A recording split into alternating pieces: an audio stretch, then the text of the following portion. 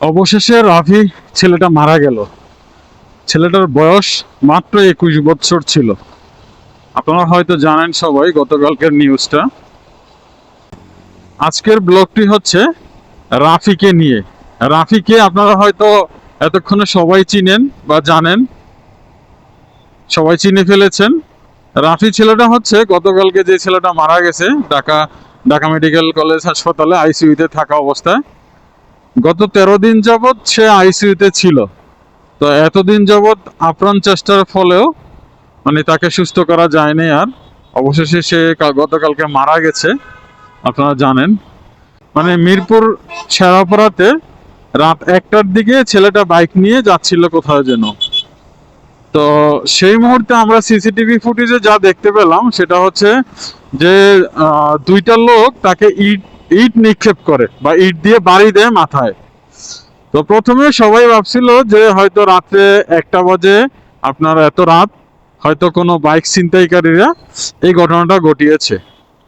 কিন্তু পরবর্তীতে যা জানা গেল যে ওই দুর্বৃত্তকারীরা আপনার রাফিকে ইট দিয়ে মাথায় আঘাত করার পর যখন দেখতেছে যে রাফির অবস্থা খারাপ, তখন কিন্তু তারাই ঢাকা মেডিকেল হাসপাতালে নিয়ে আসে। তারাও হয়তো চিন্তা করতে পারে নাই যে এত বড় একটা অঘটন হয়ে যাবে। তা আমরা সবাই বা আপনারা সবাই মনে করছিলেন যে ওইগুলা ছিনতাইকারী, কিন্তু আসলে না, ওইগুলা ছিনতাইকারী না, ওইগুলা রাফির পূর্ব পরিচিত। তো যে জিনিসটা পুলিশ তদন্ত করে বের করলো সেটা হচ্ছে পূর্ববর্তী কোনো র্যাশের কারণে এই ঘটনাটা ঘটিয়েছে। দেখেন, আপনার আমার পরিচিত লোকজনরাই কিন্তু আমাদেরকে ক্ষতি করে। আজকে আপনি আমি বাইক চালাচ্ছি, আমার কোনো শত্রু হঠাৎ করে এরকম রাফির হত্যাকারীদের মতো অপেক্ষায় থাকলো যে সে আসলে তাকে ধাওয়া করবে বা তাকে আঘাত করবে, এরকম চিন্তা ভাবনা নিয়েই অনেকেই থাকে। সো আমি বলবো যে আমি সহ আপনারা সহ সবাই সচেতন থাকবেন যে কোনো অপ্রত্যাশিত ঘটনার জন্যই। আসলে আমাদের দৈনন্দিন জীবনের চলাফেরার পথে অনেক শত্রুই থাকে। দেখা গেছে যে ছোট ছোট কোনো কারণে অনেক বড় কিছু হয়ে যায়। আপনি যে জিনিসটা হয়তো চিন্তাও করতে পারবেন না যে আমার সাথে এই জিনিসটা ঘটবে, কিন্তু হয়তো কোনো এক কারণে আপনি কারোর সাথে ঝগড়া বা জায়গা জমি নিয়ে বিরোধ বা আপনার কি বলে প্রেমিক প্রেমিকা নিয়ে বিরোধ হয়তো আছে না এরকম। এখনকার যুগে তো আপনার বেশিরভাগ হয়তো বয়ফ্রেন্ড গার্লফ্রেন্ড বা একজনের বয়ফ্রেন্ড আরেকজনের গার্লফ্রেন্ড নিয়ে যায়।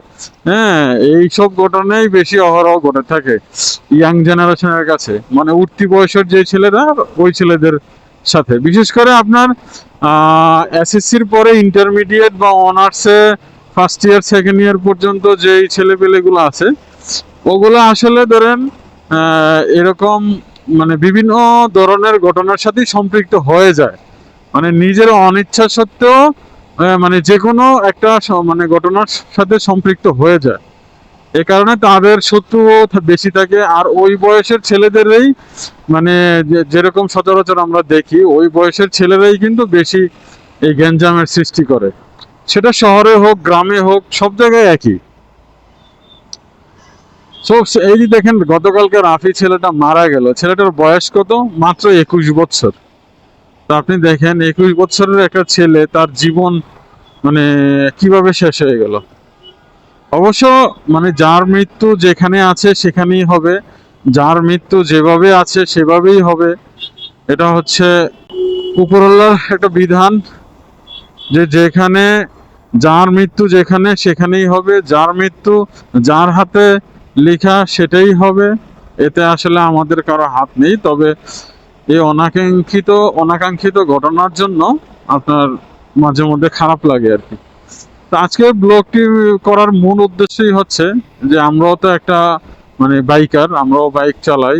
তার একটা বাইকারের উপর এরকম একটা হামলা হলো, আর সেই হামলার কারণে ছেলেটা মারা গেল। এটা দুঃখজনক, আমাদের নিজেদের কাছেও এটা অনেক কষ্ট লাগে। সেজন্য আর কি বলি যে ভাই আসলে আমরা কয় বছর আর বাঁচবো? এক একটা বাংলাদেশের মানুষের গড় আয়ু কত? 70-75 এর মধ্যেই। তো ছোট্ট একটা জীবন, এই জীবনে আমরা সবাই চেষ্টা করব যে আসলে একে অপরের সাথে মিলেমিশে থাকার বা কোনো ঝগড়াঝাটি গ্যাঞ্জামের দিকে না যাওয়ার। মানুষ এখন কি করে ছোট্ট ছোট্ট ইস্যুতে মানুষ মেরে ফেলে। আমরা প্রায় সময় দেখেন ফেসবুকে, ইউটিউবের বিভিন্ন খবরে বা বিভিন্ন টিভি চ্যানেলের খবরে দেখতে পাই যে ছোট ছোট কারণে, মানে র্যাশের কারণে, ছোট ছোট র্যাশের কারণে আপনার একজন আরেকজনকে খুন করে ফেলে। মানুষ আসলে অনেক হিংস্র হয়ে গেছে। হ্যাঁ, আগের তুলনায় মানুষ এখন অনেক হিংস্র। সো সবাই সাবধানে থাকবেন, চারদিকে খেয়াল রাখবেন। নিজের আত্মীয় স্বজন, প্রতিবেশী, বন্ধু বান্ধব বা ফ্যামিলির লোক আসলে কে কখন কোন দিক দিয়ে ক্ষতি করে ফেলে এটা আসলে বোঝাটা মুশকিল। সো সবসময় সেফ থাকার চেষ্টা করবেন। আর আরেকটা বিষয়, আমরা যারা বাইক রাইড করি, দেখেন রাফি ছেলেটা কিন্তু রাত্রে 1টা বাজে বাইক নিয়ে যাচ্ছিল। সো 1টা বাজে রাত্রে বাইক নিয়ে যাওয়ার কারণটা কি? মানে এত রাত্রে বাইক চালানোর কি দরকার? আমরাও যারা ধরেন অনেক রাতে বাইক নিয়ে এদিক সেদিক যাওয়া আসা করি, হয়তো রাফি ছেলেটার কোনো প্রয়োজন ছিল বিদায় সে গেছে। কিন্তু আমার মতে আপনারা আমারও একটু সাবধান থাকা উচিত, যে এত রাত্রে বাইক নিয়ে কোথাও গেলে একটু সাবধানে যাবেন, কারণ যে কোনো মুহূর্তে একটা অঘটন ঘটে যেতে পারে। আর বিশেষ কোনো প্রয়োজন ছাড়া এত রাত্রে বাইক রাইড করবেন না। যদি করে থাকেন তাহলে একাও করবেন না, সাথে কাউকে নিয়ে যাবেন। মানে এই জিনিসটা আমি সাজেস্ট করব। নয়তো বা দেখেন রাফির মতো ঘটনা আপনার সাথেও হতে পারে। আমি যে জিনিসটা দেখলাম, রাফির মা মানে ঢাকা মেডিকেলের আইসিইউর সামনে কিভাবে মানে দিন রাত কাটাইছে, আমি বিভিন্ন খবরে দেখলাম।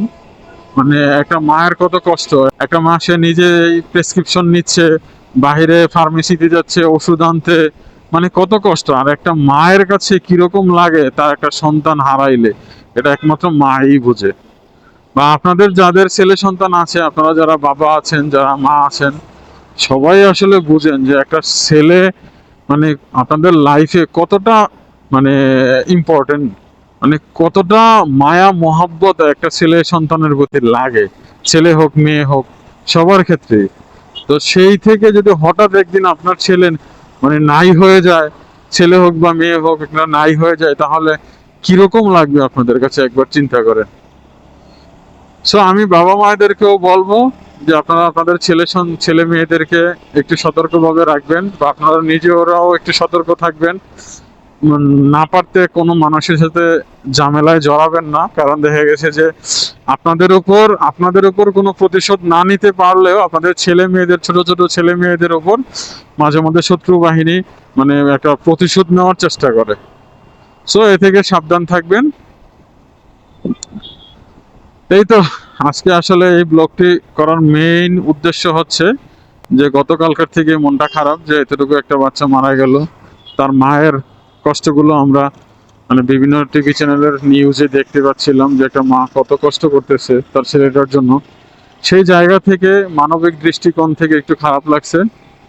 সো আমি চাইবো রাফির হত্যাকারীদের মানে খুব দ্রুতই বিচার কার্যক্রম হোক, বিচার কাজ সম্পন্ন করুক বাংলাদেশ সরকার।